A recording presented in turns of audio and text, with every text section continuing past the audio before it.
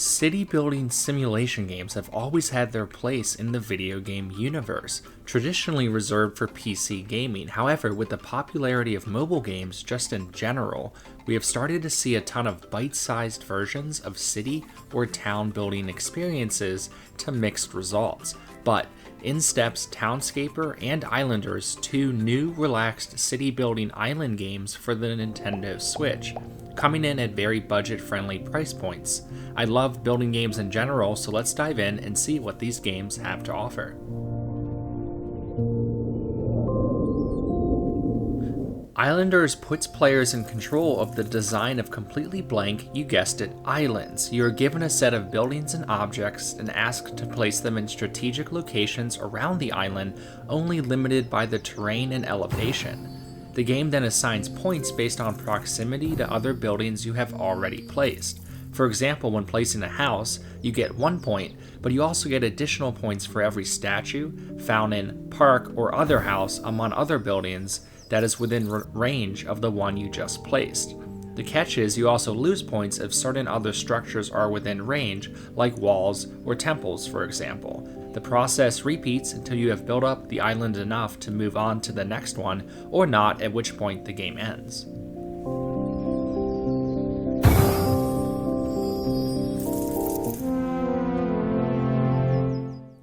There are several consistent elements of strategy throughout the game, where repeated plays will help you understand what tends to work well and what doesn't. For example, when building a circus, it is best placed near a group of houses. However, if you don't plan ahead, there may not be either A, enough room to build one, or B, only room to place it near buildings that have you lose points, like mansions. This is the main strategic element present at all times, no matter what you're doing. A couple smaller elements include deciding when to build over trees and other natural resources, or deciding when to move on to the next island. In the end, you are given a high score for your run and placed on a leaderboard, which is a nice touch to keep you coming back. Overall, the game is a nice, relaxing city builder where you don't have to invest a ton of time into. A run might take a little over an hour, depending on how far you get and how familiar you might be with the gameplay. Regardless, you can always save your progress and pick up where you left off. I am not sure if each island is randomly generated or not, but it certainly feels like it, and the mix of terrains visually kept me engaged throughout the few runs I went on, even if it doesn't switch up the gameplay all that much. I would say the only negatives I ran into in the end was the fact that it did get repetitive fairly quickly, and at times there were slight minor frustrations thinking I left enough room to build something, only to find out when it's too late and there wasn't enough room. Despite these minor gripes, Islanders is certainly worth its $5 price tag, and I enjoyed my time with it.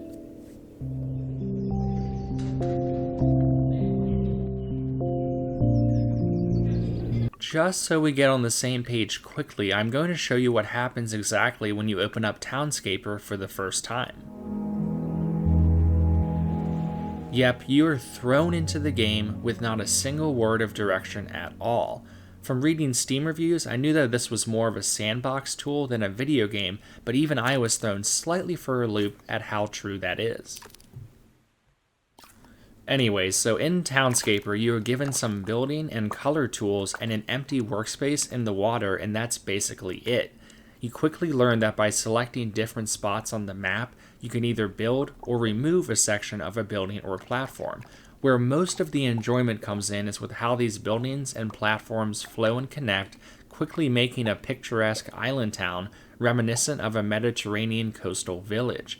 Almost anything you do leads to some pretty neat combinations and a distinctive style that is very attractive. The controls have also been adapted to the Switch nicely, with an easy-to-control camera and user-friendly undo buttons, and actually responds just as well, if not a little better, than the controls in Islanders.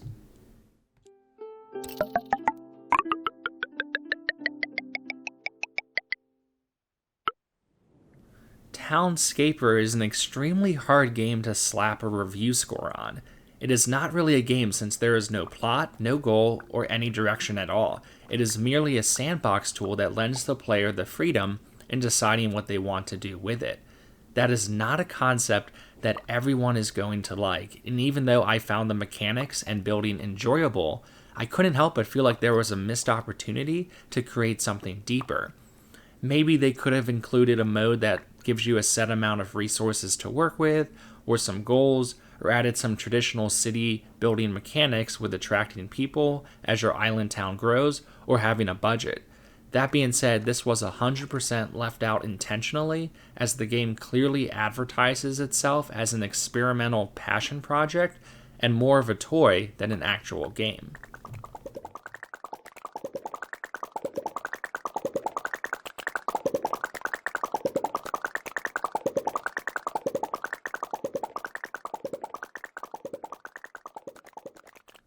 Where Townscaper does shine the most is in its simple freedom and beauty of the experience. The way new buildings link up is a fun little experiment reminiscent of playing with Legos as a kid. For those that are interested, there is even a small Reddit community that puts out some pretty intriguing displays of island towns, so if you're someone who likes sitting back and making their own city with zero restrictions at all, then perhaps Townscaper is for you.